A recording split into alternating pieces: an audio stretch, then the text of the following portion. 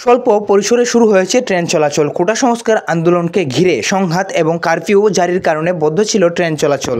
দীর্ঘ 14 দিন বন্ধ থাকার পর আজ থেকে স্বল্প পরিসরে শুরু হয়েছে ট্রেন চলাচল। তবে এখন শুধু স্বল্প দূরত্বের ট্রেন চলবে। বৃহস্পতিবার কমলাপুর রেল স্টেশনের স্টেশন মাস্টার মোহাম্মদ আনোয়ার সাংবাদিকদের এ তথ্য জানান। তিনি বলেন, সকাল থেকেই ট্রেন চলাচল শুরু হয়েছে। এখন পর্যন্ত 3টি ট্রেন কমলাপুর রেল স্টেশন থেকে ছেড়ে গেছে। সকাল 7টায় প্রথম ট্রেন ছেড়েছে, পরেরটা ছেড়েছে 7টা 20 মিনিটে। পরবর্তীতে সকাল 10টায় ছেড়েছে তৃতীয় ট্রেন। শেষ ট্রেন ছাড়বে 3টায়। শুক্রবার 2 আগস্ট থেকে ট্রেন চলাচল বাড়বে জানিয়ে তিনি আরও বলেন, আগামীকাল থেকে আস্তে আস্তে ট্রেন চলাচল বাড়বে। কাল কমিউটার ট্রেন চলাচল করবে।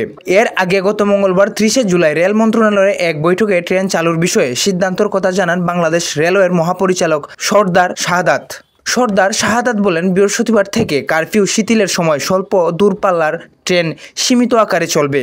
এলাকাগুলো হলো ঢাকা নারায়ণগঞ্জ, ঢাকা টাঙ্গাইল, ঢাকা জয়দেবপুর। তিনি বলেন, এখনোই আন্তনগর ট্রেন চলবে না। কারফিউর কারণে আন্তনগর সময় মতো চলাচল করতে পারবে না। তবে পরিস্থিতি ঠিক হলে ট্রেনের সংখ্যা বাড়ানো হবে। উল্লেখ্য, গত 18 জুলাই আন্দোলনকারীদের ঢাকা কমপ্লিট শাটডাউন ঘিরে সৃষ্টি হয় সহিংসতা। রণক্ষেত্রের রূপ নেয় রাজধানী ঢাকা সহ দেশের বিভিন্ন স্থান। এ সময় জননিরাপত্তার স্বার্থে ট্রেন চলাচল বন্ধ রাখে বাংলাদেশ রেলওয়ে।